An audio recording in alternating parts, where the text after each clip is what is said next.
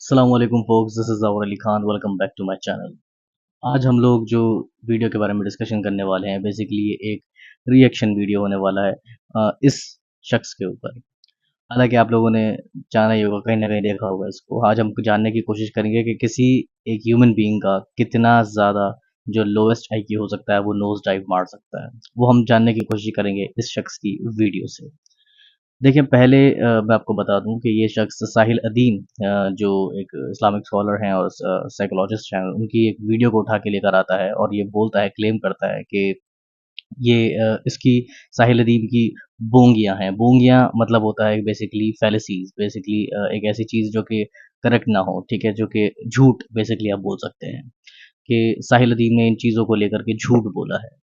अच्छा, जब एक मिसाल के तौर पे मैं आप लोगों से पूछता हूँ, अगर कोई भी इंसान जिसका दिमाग दुरुस्त हो, अगर वो ये क्लेम करता है, उन लोगों के सामने जिनका दिमाग भी दुरुस्त है, कि जनाब मैंने किसी एक शख्स की वीडियो निकाली है जिसमें उसने बोंगियाँ मारी हैं, तो आप उससे क्या एक्सपेक्ट करेंगे कि ये आपको रियलिटी बताएगा या आपको सच बताएगा? यही चीज़ हम लोग नॉर्मली ज़हनी तौर पे एक्सपेक्ट करेंगे उस इंसान से।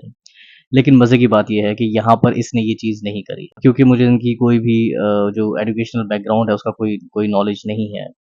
इसलिए मैं उसके ऊपर कमेंट भी नहीं करना चाहता। लेकिन हम कोशिश करेंगे समझने की इस वीडियो से कि ये वाक़ई में क्या उस काबिल हैं कि हम इनको एजुकेटेड कह सकते हैं या फिर नहीं। स्टार्ट करते हैं। अच्छा, वीडियो स्टार्ट करने से पहले मैं आपको बता दूँ, एक बात अपने बहुत ज़हन में रखिएगा और इस वीडियो में आपको दिख भी जाएगा कि इस शख्स ने खुद साहिल अदीम के सिर्फ़ पर्सनल अटैक्स करे हैं, एड होमिनेम फैलेसी करी है, स्ट्रॉ मैन इसने बोला गया है और उसके अंदर इसने रेड हेरिंग फैलेसी का भी इसने इस्तेमाल करा है। यानी बजाय उस वीडियो के एकेडमिक जवाब देने के कि भाई इस जगह साहिल अदीम ने ये चीज़ गलत करी है या इस जगह साहिल अदीम ने ये चीज़ गलत बोली है, उसके बजाय ये बंदा अब पता नहीं कौन से गुल खिला गया और किस जगह पर इसने बातों को मोड़ दिया और कौन-कौन सी इर्रेलेवेंट बातें भी इसने वीडियो के अंदर बोल के क्लेम करी हैं, ताकि इसकी ऑडियंस को लगे कि इसने कितनी गलतियाँ निकाल दी, हालाँकि ऐसा है नहीं। उसके अंदर मैं नहीं जाऊँगा, जो उसने एंड में वीडियो हदीसें निकाल के बोली हैं, क्योंकि इसका जवाब कई बार इसको अबू ज़र रिस्पॉन्ड्स और काफ़ी लोग दे चुके हैं। तो मैं उस पे गौर करना पसंद नहीं करूँगा, क्योंकि आप लोगों को मालूम है कि इस्लाम के अंदर टाइम वेस्ट करना भी गुनाह होता है। तो आइए वीडियो के अंदर इनकी देखते हैं कि इन्होंने किस लेवल की एकेडमिक गलतियाँ निकाली हैं साहिल अदीम को लेके।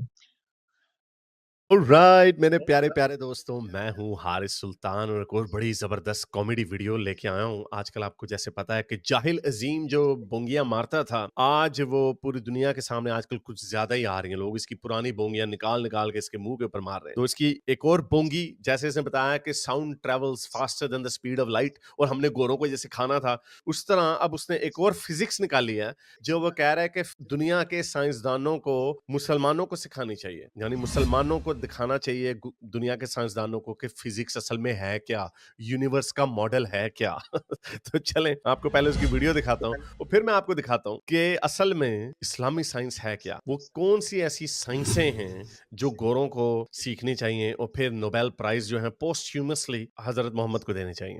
नबी इस्लाम ने पूरी उम्मत को इस्लाम सिखाया। उस हदीस में बहुत मशहूर हदीस है। हज़रत उमर की टेस्टमनी क्या है इसके ऊपर कि ये बंदा लोकल तो नहीं है मगर मुसाफिर भी नहीं है। मुसाफिर भी नहीं है क्योंकि कोई एक बंदा बता दे। अच्छा, ये कह रहे हैं बड़ी मशहूर हदीस है, मुझे वैसे इस हदीस का नहीं पता, लेकिन चलें इस हदीस के बारे में जो बात हो रही है उसको छोड़ के मैं आपको ज़रा, क्योंकि मुझे वो हदीस मिली नहीं, लेकिन जो असल साइंस छुपी हुई है हदीसों में, उसके ऊपर मैं आपको दिखाऊंगा कि वो उसका असल मतलब क्या है। कपड़े साफ तो तो पहली बात तो ये बात हकीकत है कि हदीस बहुत फ़ेमस है, क्योंकि इस हदीस के दौरान हमें वो किस्सा भी पता चलता है कि रसूलुल्लाह सल्लल्लाहु अलैहि वसल्लम ने किस तरीके से जवाबात दिए थे हज़रत जिब्राईल अलैहिस्सलाम के। तो इसको ये हदीस मिली नहीं है। अब हदीस क्यों नहीं मिली, उसका एक रीज़न हो सकता है, जहाँ तक मैंने तहकीक करी है, कि हदीस ना मिलने की वजह ये है कि इनको हदीस दिखी नहीं। अब हदीस क्यों नहीं दिखी? क्योंकि इनका ध्यान हदीस देखने पर होगा नहीं, इनका ध्यान था एक्चुअली इसके ऊपर। मैं इधर ईस्टर्न यूरोप में फिर रहा हूँ, इतनी इतनी खूबसूरत लड़कियां इतने छोटे छोटे कपड़े पे इतने छोटे छोटे कपड़े पहन के फिर रही हैं। मैं तो देख के हैरान हूँ, उससे भी ज्यादा ये इंग्लैंड वगैरह से भी ज्यादा एडवांस। एग्ज़ैक्टली, तो जब यहाँ से ध्यान हटेगा और ऐसी गंद से ध्यान हट के अगर एकेडमिकली तुम बात करोगे और ढूँढोगे, तो तुम्हें हदीस बहुत आसानी से मिल जाएगी। और ये जो तुमने बेवजह का इर्रेलेवेंट क्लेम उठाया था, क्योंकि अभी साहिल अदीम ने बात भी शुरू नहीं करी। बाय द वे मैं एक बात बता दूँ कि I am not a great fan of Sahil Adeem. मेरे लिए वो एक स्कॉलर हैं, दीन का काम कर रहे हैं, काबिल एहतराम हैं। जो चीज़ें उनकी सही हैं, दुरुस्त हैं, उनसे हम बिल्कुल इत्तेफ़ाक रखते हैं। लेकिन उनसे कुछ इख्तलाफात भी हैं। तो basically I am not a kind of die hard fan of Sahil Adeem. जो उन्होंने दुरुस्त करा वो सारी बातें अल्लाह की तरफ से हैं, और जो कोताहियाँ वगैरह हैं वो सब उनकी खुद की जानिब की तरफ से हैं। लेकिन उन्होंने इस यूथ को मोबिलाइज करने का जो काम करा है वो काबिल तारीफ है। सहाबा के भी होते थे। अच्छा, तो हज़रत अली को अबू तराब क्यों कहते थे? उनके ऊपर मिट्टी लगी होती थी। वहाँ पे कोई वॉशिंग मशीन और डिटर्जेंट और सर्फ एक्सेल वगैरह नहीं होता था। गंदे कपड़े होते थे, फटे हुए कपड़े होते थे। बल्कि हदीस है कि हज़रत आयशा हज़रत मोहम्मद के कपड़ों से जो मनी होती थी, वो नाखूनों से खरोंचती थीं, क्योंकि पानी-शानी की कमी होती थी। एवें एवें मैंने कहा मारी जाओ बोंगियाँ। ये जो आखिरी में जो इनने बिल्ली वाली आवाज़ निकाली है, इसका मतलब मुझे समझ में नहीं आया। लेकिन इसके अलावा जितनी इनने इंसानियों की भाषा बोलने की कोशिश करी है, उसका मैं जवाब दे देता हूँ। हज़रत मौला अली अलैहिस्सलाम को अबू तुर्राब इसलिए नहीं कहा जाता था कि उनके कपड़ों पे गंदगी लगी रहती थी। ये शख्स वाक़ई में इसको हदीसें नहीं दिखी हैं, या फिर इसने ढूँढने की कोशिश नहीं करी है क्योंकि इसका ध्यान था। मैं इधर ईस्टर्न यूरोप में फिर रहा हूँ, इतनी इतनी खूबसूरत लड़कियां इतने छोटे छोटे कपड़े का इतने छोटे छोटे कपड़े पहन के फिर रही हैं, मैं तो देख के हैरान हूँ। उससे भी ज्यादा ये इंग्लैंड वगैरह से भी ज्यादा एडवांस उस तरफ हज़रत मौला अली अलैहिस्सलाम को अबू तुर्राब इसलिए कहा जाता है क्योंकि एक बहुत फ़ेमस वाक़या है कि मौला अली और हज़रत फ़ातिमा के बीच में कुछ हस्बैंड एंड वाइफ़ के रिश्ते से कुछ बात जो थी वो एक काइंड ऑफ अल्टरकेशन हो गया था। अल्टरकेशन भी नहीं आप इसे कह सकते हैं, एक कॉन्फ्लिक्ट हो गया था जो कि हस्बैंड एंड वाइफ़ में हो जाता है। जिसको लेके मौला अली अलैहिस्सलाम जो थे वो घर से छोड़ के और घर को मतलब छोड़ के घर से निकल के और मस्जिद में जाके लेट गए थे। अब उस टाइम पे मस्जिद, आप 1400 साल पहले की मस्जिद आप इमेजिन कर सकते हैं कि उस मस्जिद के अंदर किसी टाइप का कोई कारपेट्स या टाइल्स इस तरह से नहीं थे। तो वो कच्ची ज़मीन पर वो मस्जिद जो थी वो बना हुआ करती थी। तो मौला अली अलैहिस्सलाम जब लेटे थे, तो वो जो धूल थी, जो रेगिस्तान की जो रेत होती है, वो उनके कुर्ते पे लग गई थी। जिस वजह से रसूलुल्लाह सल्लल्लाहु अलैहि वसल्लम ने उन्हें मुस्कुराते हुए एक छेड़ने के अंदाज़ में उनको बोला था कि उठो अबू तुराब उठो। अब रसूलुल्लाह वहाँ पे कैसे पहुँचे ये आपको मालूम है कि जब वो हज़रत फ़ातिमा से मिलने गए उनके घर पे, तो पता चला कि इस तरीके से बात हुई है और अली जो है वो कहीं बाहर चले गए हैं। तो मौला अली को ढूँढते हुए रसूलुल्लाह सल्लल्लाहु अलैहि वसल्लम जो थे वो मस्जिद में पहुँचे थे।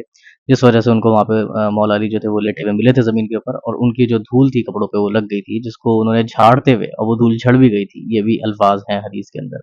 वो धूल जो थी वो झाड़ते हुए और मौला अली अलैहिस्सलाम को उठाया था। एक क्योंकि रसूलुल्लाह सल्लल्लाहु अलैहि वसल्लम ने बचपन से पाला भी था, तो उनके साथ वो एक ह्यूमर वाला भी एक कॉन्सेप्ट था, तो जिस वजह से उन्होंने उनको अबू तुर्राब नाम दिया था, और ये नाम मौला अली अलैहिस्सलाम को काफ़ी अच्छा भी लगा था क्योंकि काफ़ी क्यूट नेम था उनके लिए। पता है इसको कुछ है नहीं क्योंकि अगेन इनका दिमाग वही है। मैं इधर ईस्टर्न यूरोप में फिर रहा हूँ, इतनी इतनी खूबसूरत लड़कियां इतने छोटे छोटे कपड़े का इतने छोटे छोटे कपड़े पहन के फिर रही हैं, मैं तो देख के हैरान हूँ। उससे भी ज्यादा ये इंग्लैंड वगैरह से भी ज्यादा एडवांस जी के ये के बालों से पानी टपक रहा है। ओए हो सेंस। यहाँ पे हजरत जिब्राइल का जिक्र हो रहा है, क्योंकि वहां पे ऊपर से वो 7 आसमानों से आते थे, तो बीच में अल्लाह का पानी भी होता था। तो वो जब गोते मारते हुए आते थे ना 7 लेयर्स नीचे, तो फिर बालों से पानी टपक रहा था। अब या तो जिब्राइल कोई फिजिकल चीज है क्या है?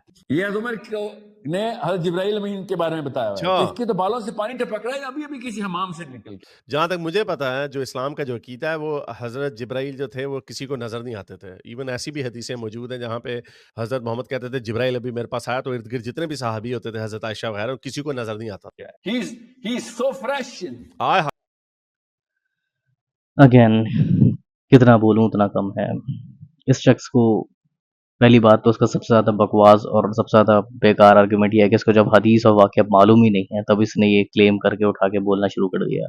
मतलब आधी नॉलेज भी ना हो, बस कुछ मालूम हो तो उसको ये सच की तरह से प्रमोट करना शुरू कर देते हैं। अल्लाह का शुक्र है मैं मुसलमान हूँ, जिसमें अल्लाह ने कुरान में मुझे ये बताया है कि अगर किसी चीज़ की पूरी नॉलेज ना हो तो उस पे अपनी ज़बान बंद रखो, बजाय ऐसी हरकतें करने के। तो मैं इनको याद दिला दूँ कि ये वाक़या जो था उसमें साफ़ तौर पे लिखा हुआ है कि जिब्राईल अलैहिस्सलाम इंसानी शक्ल में आए थे। यानी इंसान का रूप मतलब इंसानी जिस्म के फ़ॉर्म में आए थे, इस वजह से वो सबको दिख भी रहे थे।